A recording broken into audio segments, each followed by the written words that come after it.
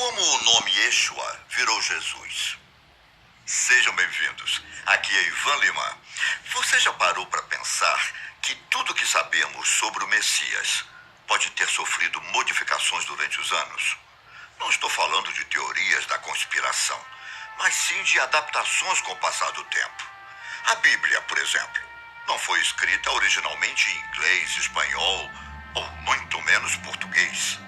Estudos encontram ao menos 3 línguas traduzidas no decorrer dos anos para todo o mundo. E foi a partir dessas traduções que o nome Jesus foi tanto difundido. Hebraico, aramaico e o grego. Os estudiosos bíblicos afirmam que boa parte do Antigo Testamento foi escrito em hebraico, que era a língua falada na Palestina, naquela época. Com o passar dos anos, a população aderiu ao aramaico, o que foi refletido em alguns livros da Bíblia. Só que mais para frente, mais especificamente a partir do Novo Testamento, a língua grega começou a ser difundida e aderida na escrita. Não é à toa que todos os livros dessa nova parte da Bíblia foram escritos originalmente em grego. E o nome Jesus reflete todas essas mudanças. Popular há 2000 anos na região da Judéia, a denominação Yeshua, por origem hebraica, e etimologicamente falando, tem o significado de salvação ou simplesmente salvar. Bom, Yeshua em inglês tem uma tradução mais aproximada a Joshua, que em português pode ser transformado em Josué. Não confunda com o tetragrama sagrado, aquele conjunto de 4 letras, YHWH, normalmente pronunciado como Javé ou Yahvé, e é usado para representar o nome de Deus no Antigo Testamento. Nas páginas do livro A Greek English Lexicon, publicado na primeira metade do século XIX, a palavra Yeshua foi traduzida do grego antigo para Jesus. Isso ocorreu porque os autores originais do Novo Testamento estavam tentando converter o som do nome em hebraico para as letras gregas.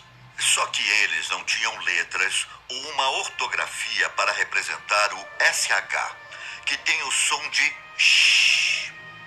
Daí veio a escolha de usar a letra S no meio da palavra, o que automaticamente já mudou um pouco a pronúncia do nome. Já a letra S no final da palavra Jesus foi uma encontrada de deixar o nome no masculino no idioma grego. Vale lembrar que Yeshua era um nome comum na Bíblia, visto que é possível encontrar pessoas chamadas assim tanto no Antigo Testamento quanto no Novo Testamento. Alguns até mesmo contemporâneos a Jesus. Com o tempo, todos acabaram tornando-se Joshua em inglês.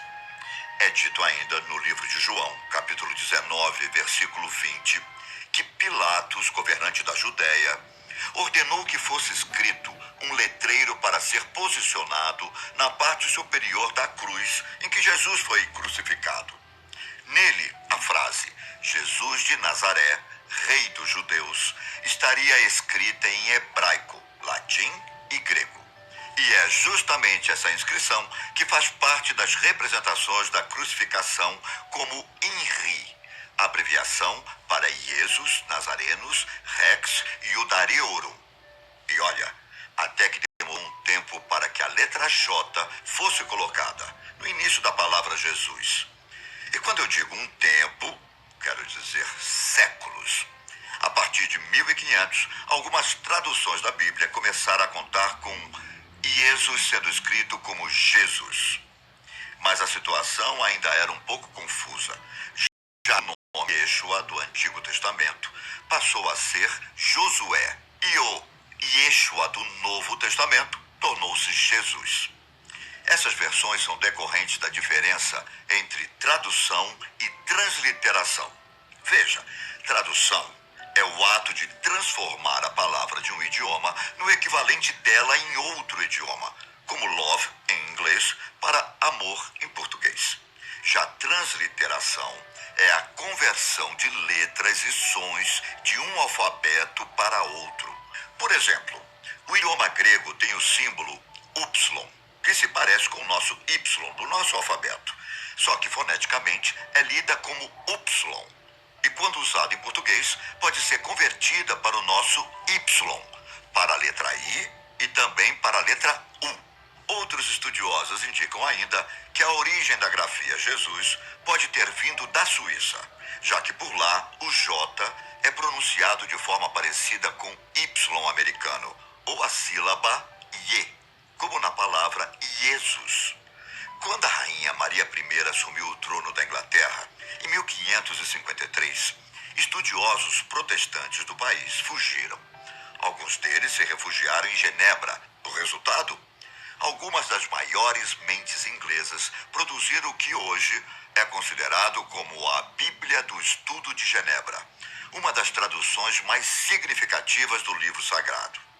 Essa versão suíça ficou tão famosa que chegou a ser citada por Shakespeare e pelo poeta John Milton em suas obras. Transportada para o continente americano a partir de 1600, a Bíblia de Genebra serviu como fonte da maioria das traduções bíblicas. Mas Jesus não é conhecido apenas como Jesus, certo? Mundialmente, o primeiro nome do Messias é sempre acompanhado com Cristo. Você pode me dizer que Cristo significa ungido ou a própria palavra Messias? E você estará correto, sim. Só que as coisas não são tão simples assim. A cultura de dar nome em hebraico não é como a cultura que conhecemos, em que as pessoas de uma mesma família possuem o mesmo sobrenome. E isso é propagado entre gerações. A segunda denominação normalmente demonstra conexões parentais com o pai ou a mãe. Até aí lembra um pouco os nossos costumes.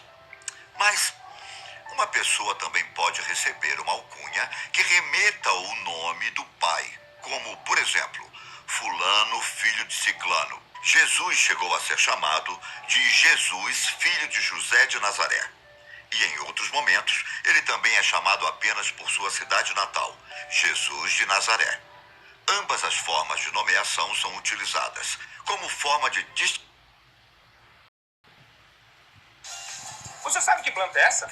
Utilizado em calçada. distinguir pessoas com o mesmo nome, mas que tinham origem em lugares diferentes. No cristianismo, Jesus nasceu de Maria, através da intervenção do Espírito Santo, o que torna, de certo modo, inadequado a alcunha de Jesus, filho de José.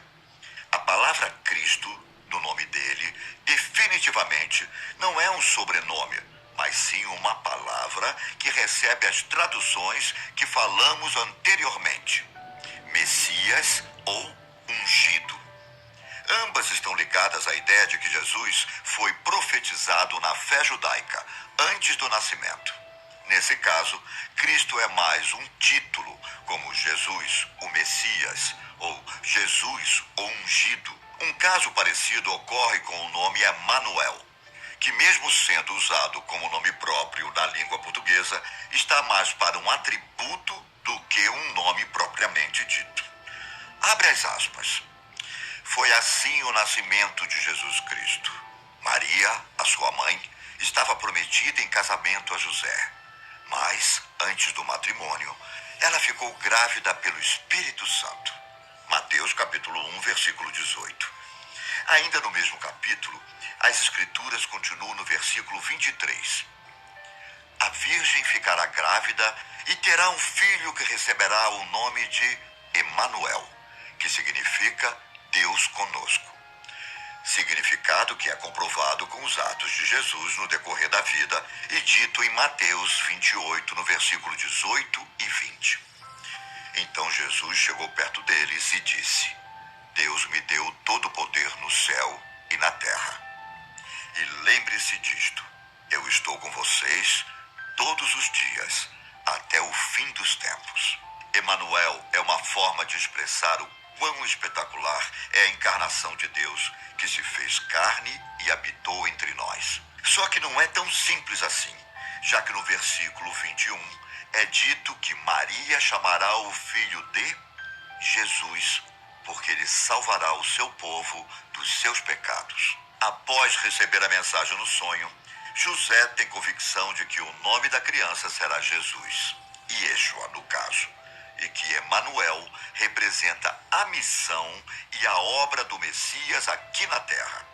É entendido que Jesus, ao mesmo tempo em que é considerado Filho de Deus, também é Deus, e nasceria com a missão de libertar todos aqueles que acreditam nele das mãos do pecado e do inferno, e não apenas livrar os judeus dos romanos, como alguns deles interpretaram na época.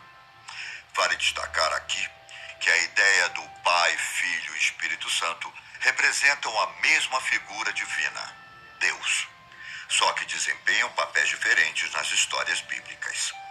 Em uma outra passagem, dessa vez no Antigo Testamento, o profeta Isaías levanta outras denominações que a criança receberia, só que não nomes próprios exatamente, já que o nome seria apenas um, Jesus.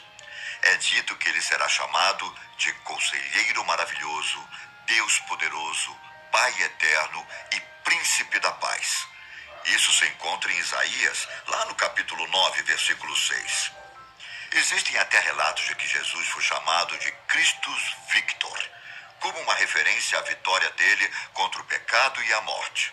Bom, só para fixar, o nome Josué veio direto do hebraico e do inglês. Já Jesus passou por uma trajetória linguística da pronúncia grega para o inglês e português. Deixe nos comentários qual a curiosidade que você gostaria de saber sobre a Bíblia, que trazemos para você. Um grande abraço.